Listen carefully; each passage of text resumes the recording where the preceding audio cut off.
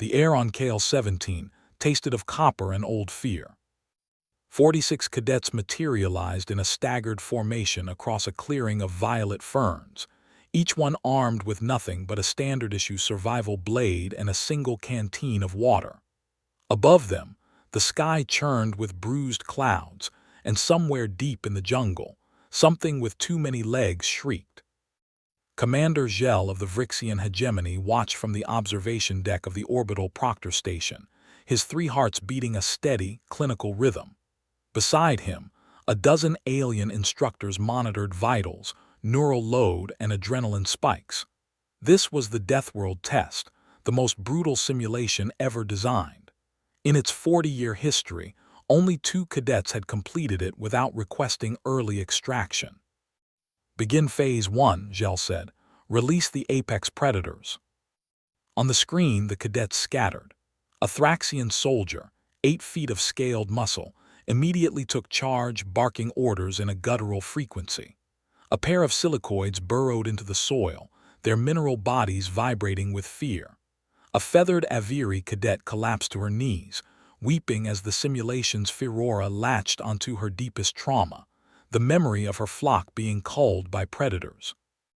Within 11 minutes, the first extraction request came, then another, then 5 more. Gel watched without emotion.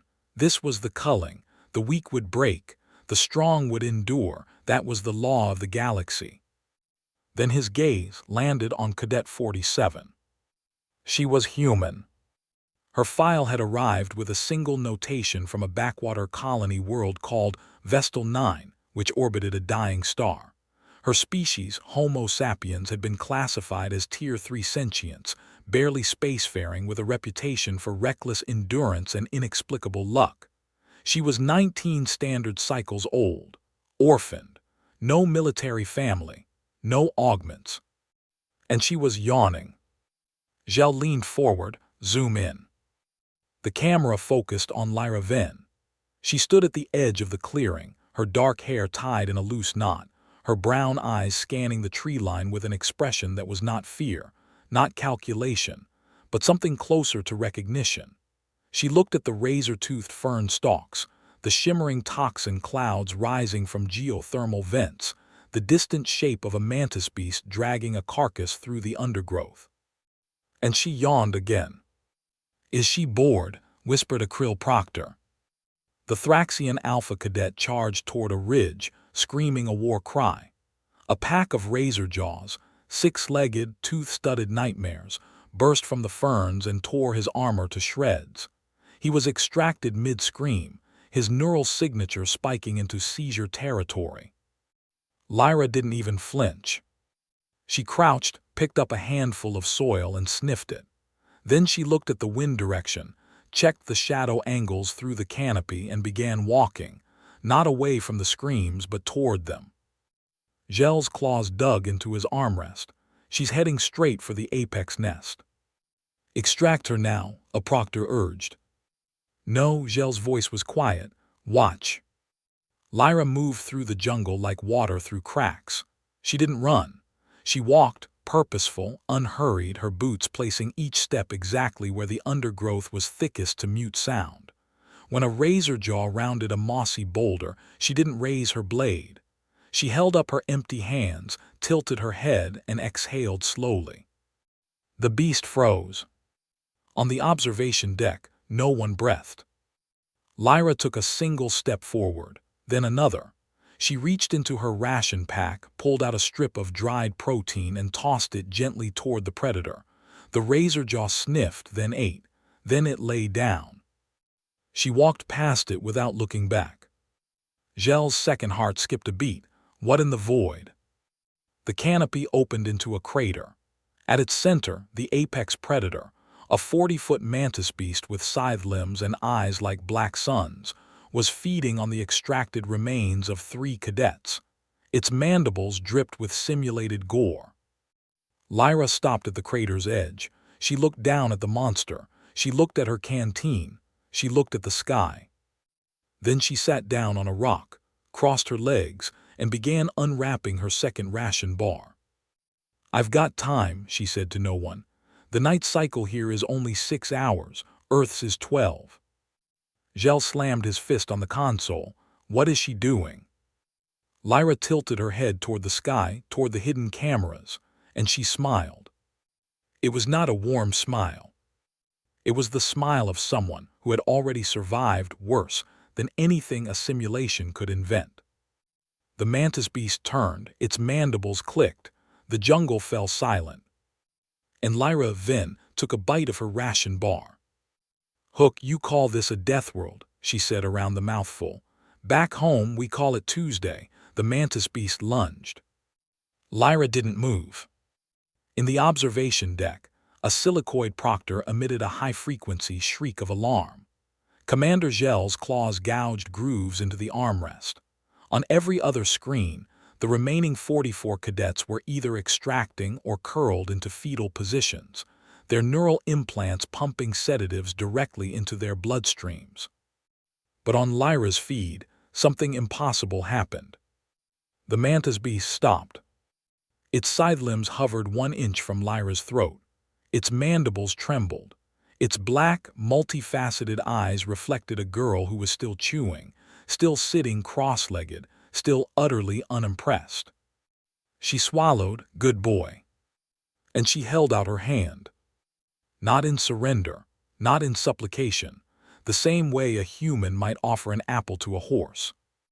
"The Furora," whispered Krill Proctor Vex. "It should be paralyzing her. Why isn't it paralyzing her?" Gel pulled up Lyra's neural signature. His blood chilled. Her amygdala showed activity. She was afraid, yes. But her prefrontal cortex was running at 3 times normal speed, processing fear into tactical data. Every spike of terror translated instantly into terrain analysis, predator behavior mapping, threat neutralization. She wasn't fighting the fear. She was using it like fuel. On screen, the mantis beast lowered its head. Lyra reached into her ration pack again, last strip of protein, and placed it on the predator's mandible. The creature's tongue flicked out, tasted her scent, and then it backed away. Not retreated. Backed away with the careful deference of an animal recognizing a higher predator. "That's not possible," a Thraxian instructor said. "The mantis is programmed to attack any moving organic. There's no diplomatic subroutine, no taming algorithm." Gel's voice was barely a whisper. She didn't tame it. She convinced it she wasn't prey. He rewound the footage. Watched Lyra's body language, shoulders relaxed, eyes soft, breathing slow. No running, no screaming, no defensive posture. To the mantis beast's threat assessment software, she didn't read as food or foe. She read as something else entirely. She read as territory. Lyra stood, brushed off her uniform, and walked down into the crater. The mantis beast watched but did not follow. She approached the apex nest, a dome of woven bone and silk, and crouched at its entrance. Inside, 3 juvenile mantids chittered, their scythes still soft, their eyes milky with youth. She reached inside. "She's insane," Vex breathed. Lyra pulled out a handful of silk fibers, examined them, then tucked them into her belt. "Good tensile strength," she murmured. "Better than carbon cord." The juveniles climbed over her boots. She didn't flinch. She scratched one under its chin, mandible technically, and it made a sound like a purring chainsaw. Gel muted the room. He needed silence. He needed to think. The Deathworld test had broken 45 of the galaxy's most promising cadets. The 46th was currently babysitting apex predators and complaining about the tensile properties of their silk. He opened Lyra Venn's file again, scrolled past the orphan notation, the crash landing report, the 3 years of solo survival on a volcanic moon. He reached the psychological evaluation from her last colony world. 1 line, handwritten by a medic who probably didn't realize its significance. Subject displays paradoxical response to crisis, extreme physiological calm during high-threat events, suggests early life conditioning where danger was baseline, not anomaly, recommends psychiatric hold. The recommendation had been ignored. The human military was too desperate for bodies. Now Gel understood. Lyra Venn wasn't brave, she wasn't skilled, she wasn't lucky. She was bored because the test was too easy. Because growing up on Earth, real Earth, the original Deathworld with its hurricanes, earthquakes, predators, and plagues, had made her fear threshold so high that a simulation designed to break alien minds felt like a gentle stroll. He watched her leave the crater, the mother mantis parting the foliage to let her pass. She walked toward the valley where a river of acid flowed between cliffs of brittle shale. Other cadets had died there, simulated death, but neural trauma all the same, from slipping into the current. Lyra knelt at the riverbank, dipped her canteen, watched the metal begin to corrode. Then she glanced at the ferns growing along the water's edge, crushed one, dropped the pulp into the canteen, watched the acid neutralize into murky but drinkable water. She took a long sip. "There," she said to the sky, "I fixed your design flaw." Gel's communicator buzzed. A priority message from the Galactic Defense Council, 45 cadets extracted, psychological damage severe, abort the test, bring the human in for debriefing. He looked at the screen.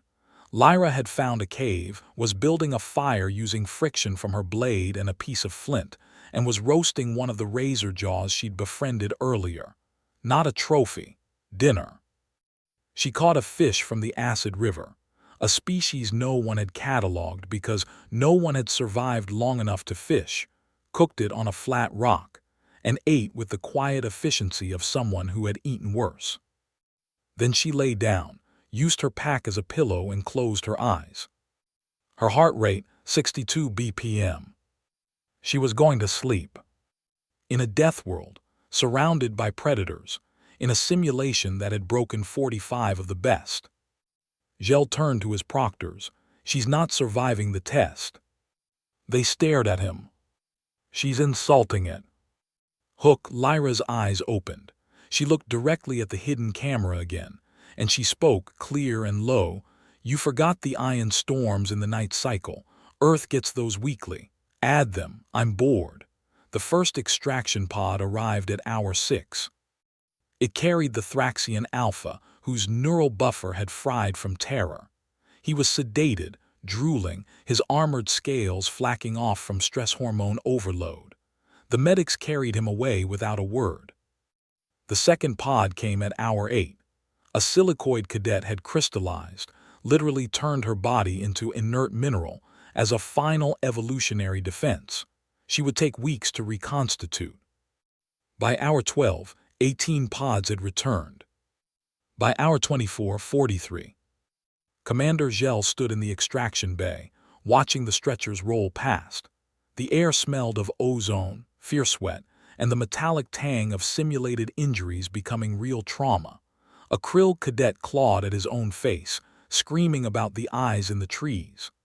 An aviary had plucked out her own feathers, trying to camouflage herself against a threat that existed only in the Furora's projections. "How many left?" Gel asked. 3, said Proctor Vex. 2 are in the eastern quadrant hiding. Their vitals are failing. Extraction teams are en route. And the human. Vex's throat plates flickered with something close to awe.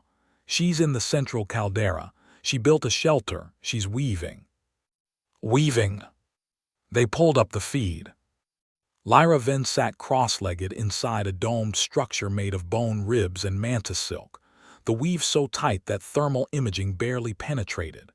She had stripped down to her undersuit and was using her survival blade to split razor jaw tendons into thread. Her fingers moved with mechanical precision, knotting, looping, creating something that looked like a net. No, not a net. A trap. "She's building a capture system," Gel said slowly. "For what?"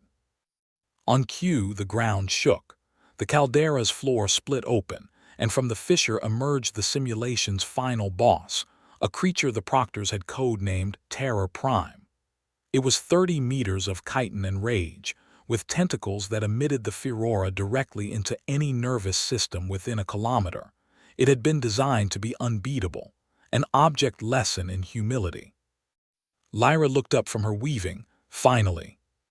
She stood, walked out of her shelter, and approached the monster with the casual stride of a commuter boarding a train. The fear aura hit her.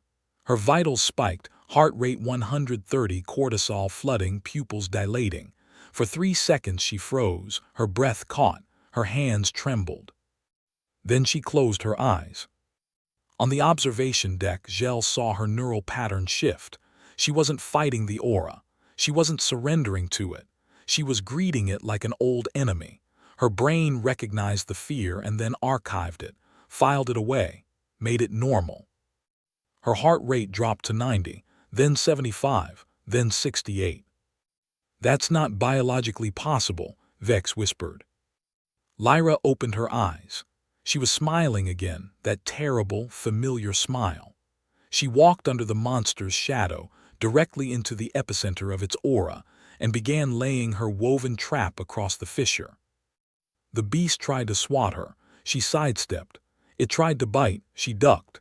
Its tentacles lashed. She rolled under them like a child playing on the grass. She wasn't fighting. She was dancing. She's exploiting its attack patterns, Gel realized. She watched it fight the other cadets. She memorized its timing. But she only saw 3 engagements. That's all she needed. The trap closed. Lyra's bone and silk net cinched around the monster's primary tentacles, tangling them, pulling them into the fissure. The beast screeched, toppled, and crashed onto its side.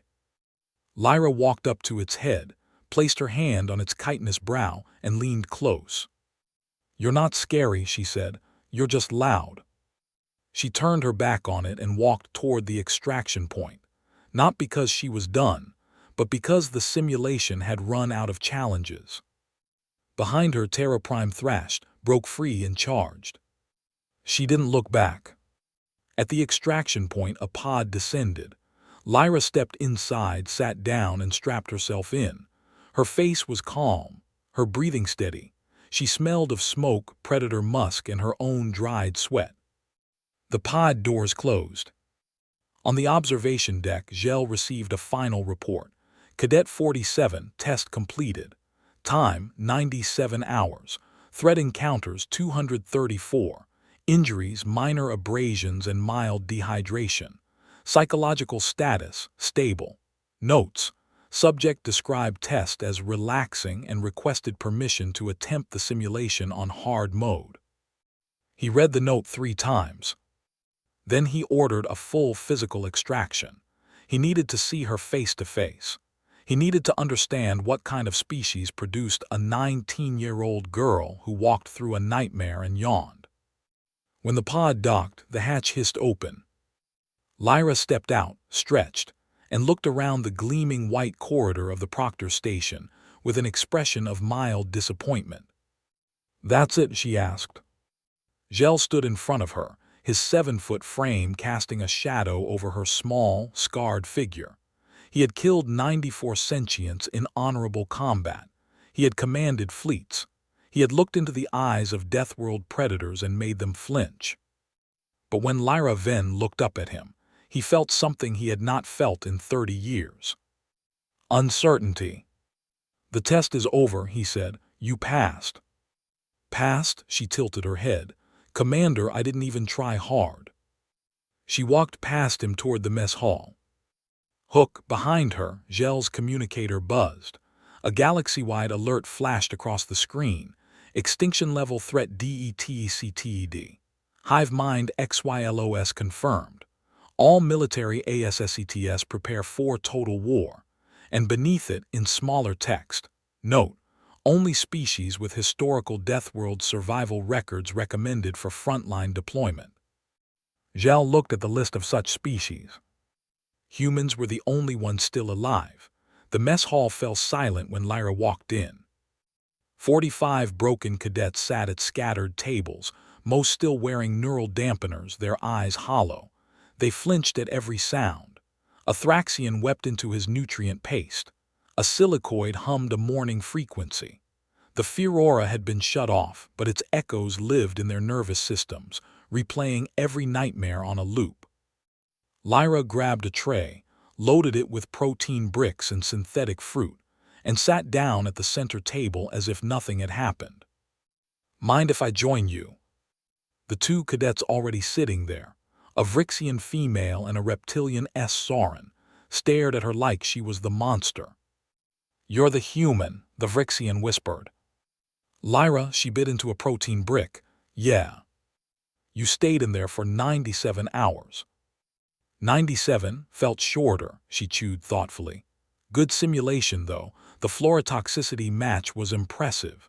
Did you know the purple ferns have a neurotoxin that mimics adrenaline?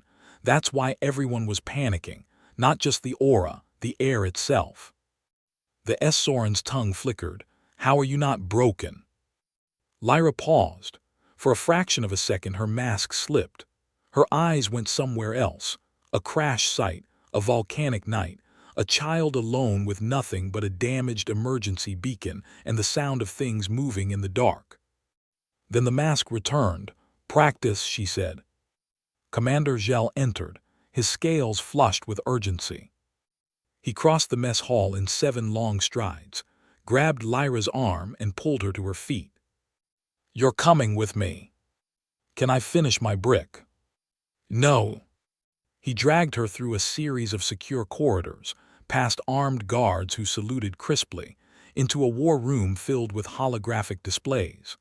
On the central screen, a map of the galaxy pulsed with red, a spreading stain labeled Hive Mind XYLOS.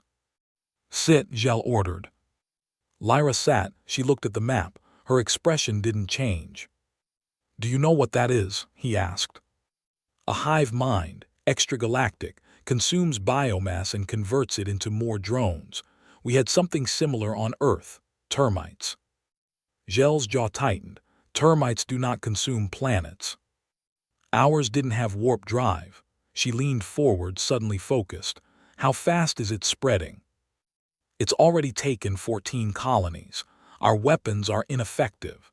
The drones adapt faster than we can counter.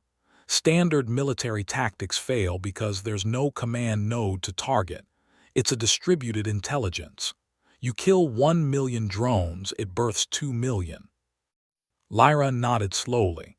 "So you need someone who can think like a distributed system." "We need someone who doesn't break when facing impossible odds." Zhel placed a data slate in front of her. 45 of our best cadets broke against a simulation. You thrived. The Council wants to know why." She picked up the slate, scrolled through her own psych file and snorted. "You're asking the wrong question." "What's the right question?" She set the slate down. "The right question is, why do your cadets break at all?" Zhel had no answer. Lyra stood, walked to the holographic display and traced the red stain with her finger. "Your species evolved on garden worlds, safe temperatures, stable ecosystems, predictable seasons. When you face danger, it's an anomaly, a break from normal." She turned to face him. "Humans evolved on a planet that tried to kill us every single day. Earthquakes, hurricanes, predators that hunted us in the dark, diseases that wiped out entire cities.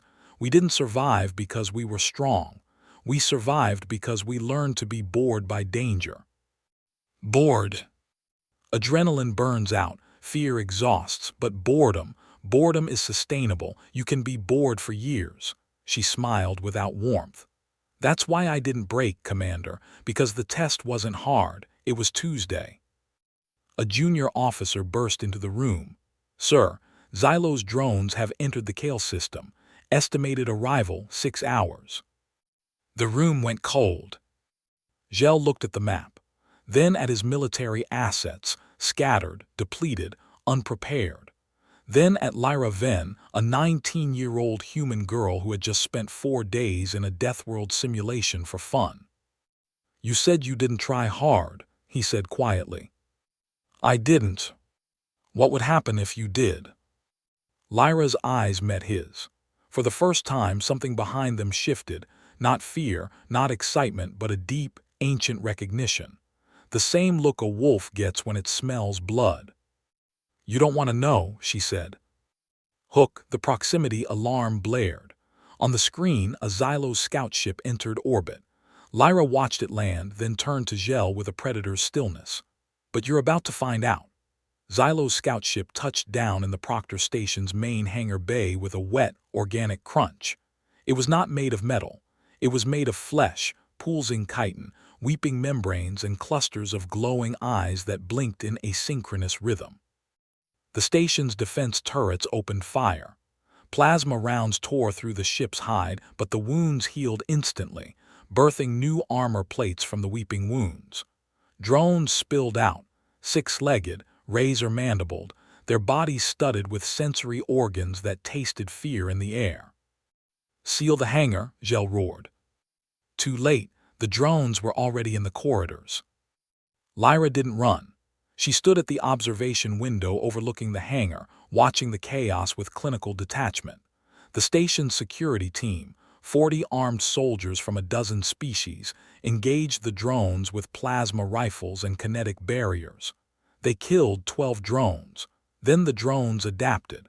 Their carapaces grew reflective plating against plasma. Their movement patterns shifted to flank the barriers. "They're learning in real time," Lyra said. "We noticed," Gel snapped, drawing his ceremonial blade. "Get to the evacuation pods." "No." He spun on her. "What?" She turned from the window, her face eerily calm. "The evacuation pods will be the first thing they target. They've already analyzed your flight patterns. They know you run." "Then what do you suggest?" Lyra walked to a weapons locker, pulled out a standard-issue survival blade, the same model she'd used in the simulation, and strapped it to her thigh. Then she grabbed a roll of synthetic tape, a canister of industrial lubricant, and an emergency beacon. "I suggest we stop running," she said. "You said the Xylos adapts faster than you can counter. That's because you're fighting it like an army. It's not an army, it's an ecosystem." She marched toward the hangar door. "Stop her," Gel ordered. 2 guards moved to block her. She sidestepped the first, tapped the second's knee joint with her foot, a precise, low-force strike that hyperextended the limb and sent him crashing down. She didn't break stride. "She's heading into the infested zone," a proctor screamed. Gel ran after her. The hangar was chaos. Drones swarmed over overturned cargo containers, their mandibles stripping metal for raw material. A security team was making a last stand behind a barricade of crates, their firepower dwindling. Lyra walked past them, through the kill zone, directly toward the largest concentration of drones. "Cadet, get back," a Thraxian soldier shouted. She ignored him. The drones turned, their eyes locked onto her. They tasted her fear, or rather the absence of it. They hesitated. That was the opening. Lyra crouched, jammed the industrial lubricant into her belt, and began weaving the synthetic tape between the drones' legs under their bodies, around their mandibles. Not fighting, not killing, tangling. "What is she doing?" Vex whispered over the comm. Gel watched, transfixed. The drones were trying to adapt to a combat style they didn't recognize. Their learning algorithms had been trained on military tactics, flanking, suppression, overwhelming force. They had no protocol for a single unarmed human who moved like water and refused to engage. One drone lunged. Lyra sidestepped, looped tape around its front legs, and pulled. It crashed into another drone. The two became a writhing knot. "They can't adapt because she's not giving them a pattern to learn," Gel breathed. She was changing tactics every 3 seconds, a trip here, a blindfold there, a splash of lubricant on a sensory organ. She wasn't winning, she was confusing. And confusion, for a hive mind, was worse than death. The drones began to retreat, not from fear but from data overload. Their connection to the hive was screaming error, unknown variable. Lyra stood alone in the center of the hangar, surrounded by crippled, tangled, blinded drones. Her uniform was torn. Her hands were bleeding, but she was smiling. "See," she said to the ceiling, "not so tough." Gel approached her slowly, his blade still raised. "What are you?" "Human." She wiped blood on her pants. "We've been the unknown variable for 300,000 years. It's our only evolutionary advantage." The proximity alarm blared again, worse this time. "The main hive fleet," Vex said, voice cracking. "It's deviating course, heading straight for the station." Lyra looked at the viewport. In the distance, a swarm of bioships blotted out the stars, millions of them, each one a living weapon. The Xylos had been targeting colonies randomly, spreading chaos. But now it had found something new, something it couldn't predict. It was coming for her. "Hook," Lyra turned to Gel, her smile fatting into something harder. "You wanted to know what happens when I actually try." She picked up a fallen drone's severed mandible, tested its edge. "Let's make sure the galaxy is watching." The station shook as the first wave of Xylos bioships entered atmosphere. Commander Gel gave the order for general evacuation, but Lyra refused to move. She stood in the shattered hangar, surrounded by the corpses of drones she had tangled but not killed, because she hadn't needed to. The hive mind was already dissecting her tactics, feeding the data through 1 billion neural nodes. It would adapt. It always adapted. But adaptation took time. And time was all she needed. "Give me 10 minutes, she said. "For what?" Gel demanded. "To teach them a lesson." She walked to the hangar's emergency broadcast terminal, keyed in a galaxy-wide frequency, and began recording. Her face appeared on screens across the station, and because Gel hadn't stopped her, across every military channel in the sector. "My name is Lyra Venn," she said. "I'm human. You've probably never heard of us. We're new, we're small, and we're the only species in this galaxy that evolved on a planet that tried to kill us every single day." Behind her, a bioship landed on the station's outer hull. The metal groaned. "The Xylos thinks it's a predator," she continued. "It's not. It's a gardener. It prunes weak species from the galaxy. But you don't prune deathworlders. You don't prune things that grow back meaner." The hull buckled. Drones began pouring through the breaches. Lyra didn't flinch. "So here's what's going to happen. You're going to watch me, and you're going to learn. Because when a deathworlder stops being bored and starts getting creative." She pulled a fire extinguisher from the wall, ripped off its safety pin, and sprayed the foam across the floor in a wide arc. Then she activated her survival blade's heating element, a feature meant for sterilizing wounds, and dropped it into the foam. The foam ignited. The hangar became an inferno. Lyra walked through the flames, her silhouette black against the orange glow, and grabbed a fallen drone's energy weapon. It was designed for 6-fingered alien hands, but she fired it two-handed, improvised, and used the recoil to propel herself across the burning floor. She wasn't fighting the drones. She was riding their chaos. Gel watched from the observation deck, his heart's pounding. The hive mind's response was visible in real time, drones freezing, twitching, receiving new instructions. But every instruction arrived 3 seconds too late, because Lyra wasn't following a plan. She was improvising faster than the hive could process. "She's not a soldier," Vex whispered. "She's a mutation." "No," Gel's voice was hoarse. "She's a return to form. She's what sentient life looked like before we domesticated ourselves." The broadcast was still live. Across the galaxy, alien commanders watched a human girl fight a hive mind with a fire extinguisher and a stolen gun. They saw her smile as the flames licked her arms. They saw her laugh when a drone's mandible closed on empty air. They saw her enjoy it. The hive fleet hesitated. Not from fear, from confusion. The Xylos had consumed 14 colonies, but it had never encountered a prey species that enjoyed the hunt. Its entire evolutionary strategy was based on the assumption that all sentient life feared death. Lyra Venn did not fear death. She feared nothing. She reached the hangar's main airlock, cycled it open, and stepped out onto the station's outer hull. The vacuum should have killed her instantly, but she had wrapped herself in a drone's chitin carapace, improvised EVA suit, and was breathing recycled air from its lungs. She stood on the hull, facing the hive fleet, and raised her middle finger. The gesture translated across every frequency. The hive fleet stopped. For 3 seconds the Xylos did nothing.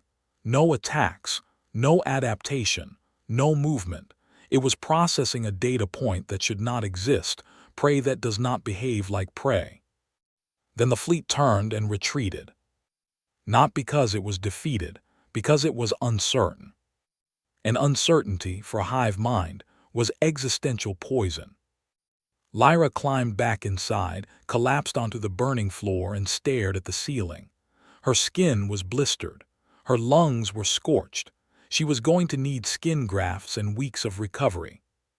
She was still smiling. Gel rushed to her side, lifted her in his arms, and carried her to the medical bay. "You insane, reckless, magnificent creature," he said. "Told you," she whispered. "Didn't even try hard." Hook, but on the edge of the system, the hive fleet did not leave. It waited. And somewhere in its billion-node consciousness, it began to learn a new emotion, not fear but fascination. It wanted to understand the human. It wanted to consume the human. And it would not stop until it had her. 6 months later, the war was over. Not one over.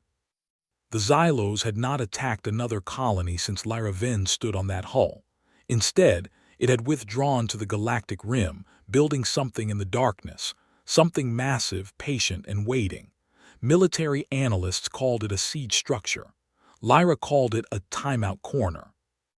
She was sitting in Commander Gel's office, her feet on his desk, reading a report on the reconstruction efforts. The 45 cadets who had broken in the simulation were undergoing therapy. Most were recovering. A few had requested transfers to non-combat roles. None of them would ever forget the human girl who yawned through their nightmare. Gel entered, carrying 2 cups of a stimulant beverage that humans called coffee. He had learned to brew it. He still didn't understand why anyone would drink something so bitter. "The council has made a decision," he said. Lyra took the coffee. "Let me guess, they want to lock me in a lab and study my brain." "No, they want you to train the next generation." She paused mid-sip. "Excuse me." Gel sat across from her, his scaled face unreadable. "The Xylos is still out there. It's adapting, growing, learning from its encounter with you. The Council believes that conventional military tactics will fail against it. They need soldiers who think like you." "Like me? I'm not a soldier. I'm a traumatized orphan who got really good at not dying." "Exactly." She set the coffee down. For a long moment she said nothing. The station hummed around them, its systems still recovering from the attack. Outside the viewport, the stars were peaceful for now. "What's the catch?" she asked. Gel slid a data slate across the desk. On it was a blueprint for a new training facility. A Deathworld simulation, but bigger, harder, designed to break even the most resilient cadets in the first hour. "They want you to design the new test," he said, "and they want you to be the one who administers it." Lyra read the blueprint. Then she read it again. Her lips curved into a smile, not the bored smile, not the predator's smile, but something new, something almost like hope. "You know what humans do when they're given a challenge that actually scares them?" she asked. Gel shook his head. "We get excited." She stood, stretched, and walked to the viewport. The stars reflected in her eyes, scattered, cold, beautiful. Somewhere out there, the Xylos was building something terrible. And somewhere inside Lyra Venn, something terrible was building too. "I'll do it," she said, "but on one condition." "Name it." "We recreate the test exactly as it was. The same jungle, the same predators, the same fear aura." She turned to face him. "Let's see who really breaks this time." Gel nodded slowly. "And the cadets, they'll be from every species in the galaxy. They'll be the best we have." Good. Lyra picked up her survival blade, the same one from the simulation, now mounted on her belt like a trophy. Because I'm not going easy on them. She smiled. It was not a kind smile. It was the smile of a planet that had never stopped fighting back. A planet of earthquakes and hurricanes, of predators and plagues, of people who looked at extinction and said, "Not today." The galaxy had finally met its match. And her name was Lyra Venn. Epilogue: 3 years later, the first graduating class of the Venn Academy walked onto a rebuilt KL-17. The jungle had been restored. The predators had been re-engineered. The Furora was active at 10 times the original intensity. The cadets, 600 of them from 20 species, stood at the tree line trembling. On a cliff above them, Lyra Venn watched with her arms crossed. She was 22 now. Her scars had healed into pale lines. Her eyes were the same, calm, patient, and deeply, terribly amused. "Begin," she said. 600 cadets entered the Deathworld. And somewhere in the darkness between stars, the Xylos stirred, not with hunger but with something far more dangerous. Respect.